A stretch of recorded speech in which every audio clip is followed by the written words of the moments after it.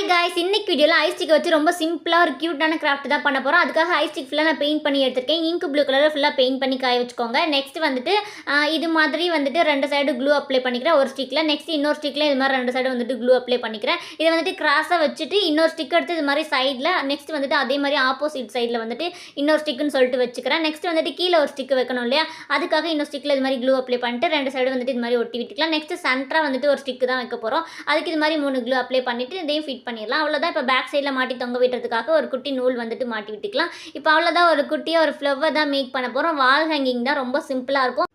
Flower வந்துட்டு make பண்ணுறதுல ஃபாஸ்ட்டாக இருக்கும். பெரிய வீடியோ லிங்க் கீழே கொடுக்குறேன், மறக்காமல் செக் பண்ணி பாருங்கள். எல்லாமே ஸ்டெப் பை ஸ்டெப்பாக ரொம்ப ஸ்லோவாகவே பண்ணியிருப்போம். இப்போ அவ்வளோதான், ஒரு 9 ஃப்ளவர்ஸ் வந்துட்டு மேக் பண்ணிட்டேன். இப்போ அதை வந்துட்டு அந்த ஸ்டிக்கில் ஃபுல்லாக இது மாதிரி ஒட்டிட்டோம்னா க்யூட்டாக வந்துட்டு ஃபினிஷ் ஆகிடும். ரொம்ப சிம்பிள், அவ்வளோதான்.